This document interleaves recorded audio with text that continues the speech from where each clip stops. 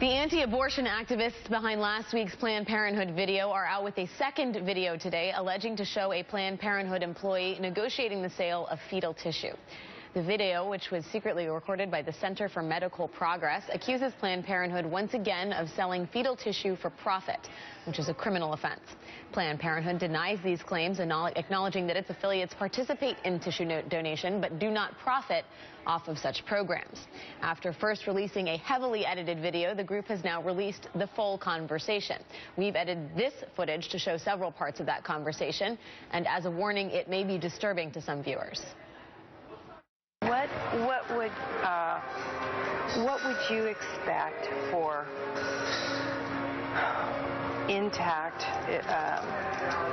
tissue? What sort of compensation? What sort of? Don't lowball it. Okay. Tell me what you really. Oh, that's way too low. And that's really that's way too low. I want to keep you happy. I've been at places that did 50 too. But see, we're not in it for the money. We don't want to be in the position of being accused of selling tissue and stuff like that. The money is not the important thing. No. It's been years since I've talked about compensation. So let me just figure out what others are getting, and if this is in the ballpark, then that's fine. If it's still low, then we can talk about it. I want a Lamborghini. That's why I want a Lamborghini. Joining us now is MSNBC national reporter Irin Carmon and consulting director of Physicians for Reproductive Health, Dr. Ann Davis. Dr. Davis, let me just first get your reaction to when you saw whatever version you saw of this video. Yeah, so I've been looking, as have many people online, at these videos, and my first reaction was that I was pretty limited, because it seems like it was a very long conversation, and there were many attempts to draw the doctor into saying something that could be taken out of context, but what she's really talking about is doing research, and there's no surprise that doctors do research and that scientists and doctors collaborate to do research. So there wasn't anything there, to me, that was really a surprise. I think one of the things that these two videos reveal is what I think most people would think is a fairly gruesome procedure, and they don't understand to what end it is put. Why is it necessary to extract fetal tissue? What benefit does society see from it? And there hasn't been a lot of talk about the benefits of it. So maybe from a medical perspective, you can tell us why this is done. Okay, so I think it's pretty straightforward, actually, for people to understand that there's research, and that the backbone of medical progress is research, right? And so some of research involves tissues, cells, different things that we used, right, to test experiments and to try to move science forward. Certainly there is a role for donated tissue in those kinds of, in that kind of science, and that's something that's also been standard medical practice and is not a surprise. What about the point that this group is trying to make, that Planned Parenthood may be in some way inflating the cost of the fetal tissue extraction to make a profit? That there are a couple numbers that are thrown out: $50, $75, and $100 per fetus.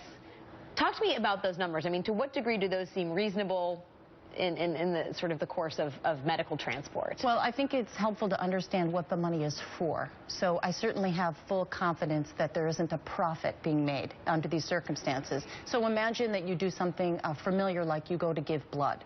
So you go to donate blood, you go to the center, you have a technician who places an IV, you donate the blood goes into a little bag, the bag goes into a little cooler. People have done blood donation, right? So that's someone's job, who has to help with blood donation, make sure the donated blood goes to the appropriate place, it's transported to the hospital. So those are jobs people have.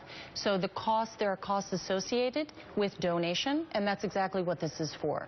So those seem like reasonable numbers that would go along with that kind of donation. Irin, one cannot sort of go piece by piece through this video without talking about the agenda behind it, right? This group, and I know that you've done some great reporting on this and are leading the charge here at MSNBC on reporting about this. This group has ties to the anti-abortion movement, deep ties, and this is sort of a concerted effort that they have put in place. They've given, I believe, this is something that folks in the House have been aware was coming down the pike, and there has been, unsurprisingly, legislation now that may come to the House floor for vote around defunding Planned Parenthood. Talk to us a little bit about the sort of effort behind the scenes. Well, I think the important context is that Planned Parenthood has been firmly in the crosshairs of conservatives for a long time, both because they are the largest abortion provider in the nation, but also because they provide sexual health information, they provide contraception, they get federal funding for those services. All of those things for folks who are hostile to that agenda have made them a target. Center for Medical Progress is an unfamiliar name for some very familiar characters. The folks behind this have ties to Live Action, which you may remember was this group that kind of pretended to be a pimp and a prostitute, so-called, with James O'Keefe, a familiar figure in these kinds of sting underground videos, and Operation Rescue, a very familiar character to anti-abortion folks. One of their leaders served time in federal prison for conspiracy to commit violence against abortion providers. They've previously talked about folks who have committed violence against abortion providers as martyrs. So this is a 3-year effort that was incorporated under what appeared to be false pretenses. There's been a complaint filed with Kamala Harris about that. The Attorney General of California. The Attorney General of California, there was a complaint filed today alleging that they may have misrepresented themselves under California law. There's questions about the IRS. But this certainly has been very successful in infiltrating the inner circles that are very, very secure of abortion providers. Yeah. So even for folks who are on their guard, I will say that this group has done a really good job of infiltrating those heavily guarded inner circles so far. And David, for Republican Party, especially a conservative wing of the Republican Party that has been looking to curb women's access to reproductive health care and to abortion services, look, this is more fuel for the fire. Marco Rubio tweeted today, it's time for Congress to act and defund Planned Parenthood. Sign this petition now. Carly Fiorina responded to a hashtag defund PP. This is more fodder for an already burning fire. Well, they've done a really good job of creating, in some ways, a false controversy. The fact that there are tissue donations was not a secret, and they have led people to believe, some people to believe, that this was being done for profit, which makes it sound worse when actually it's not. And if you just watch the little clip that you showed and the other clips, you can see how hard they're trying to get someone to say something. Yeah. Those of us who have, who have studied these type of operations in the past can really see it. So she gives a number, and they say, oh, no, that's too low, like you should have more. And then when she's negotiating, she goes, I want a Lamborghini.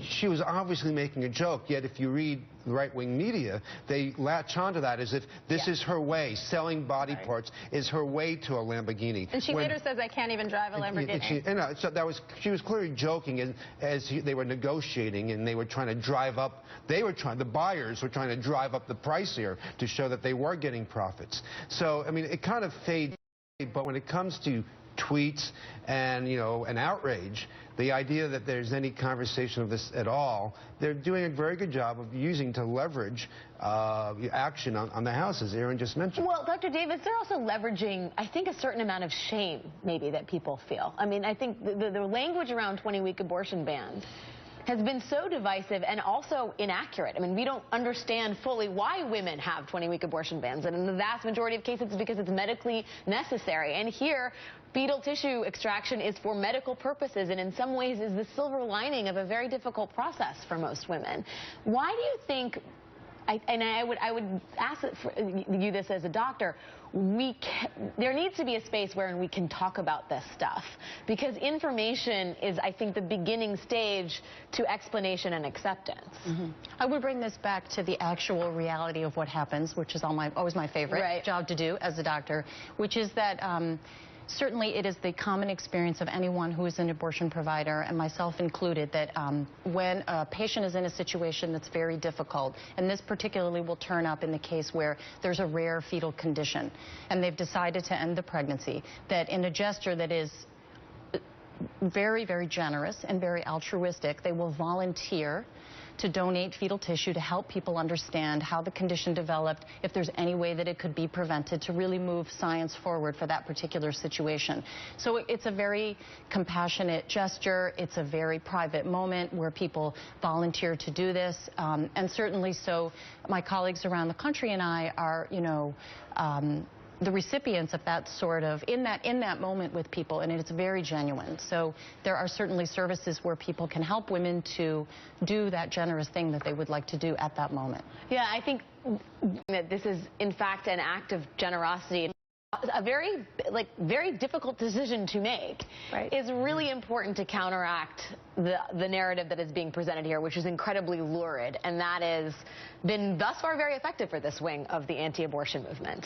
You know, it's right in there in the transcript that even these medical providers who have been portrayed as monsters in these videos are saying, you know, when folks find out that this is for Alzheimer's research, when it's Parkinson's and so on, this is like a silver lining for them. They're going through a challenging time in their lives, but then they find out that they may be able to contribute to research. It's also probably worth noting that this is a very small number of abortions. You know, they talk about 60 abortions a year in this video. There's certainly each one of those people making a decision on their own terms, but it's kind of, it's a focus on a small sliver of these procedures that make up a very small number of practice overall. Yeah, 60 is 8. And you know, the political strategy for the anti-abortion crowd over the last 20 years has been to try to find these wedge issues or ways to get into this argument that make the whole argument, you know, to their advantage. And this is another attempt by that because they can't win the big argument, which is criminalizing abortion.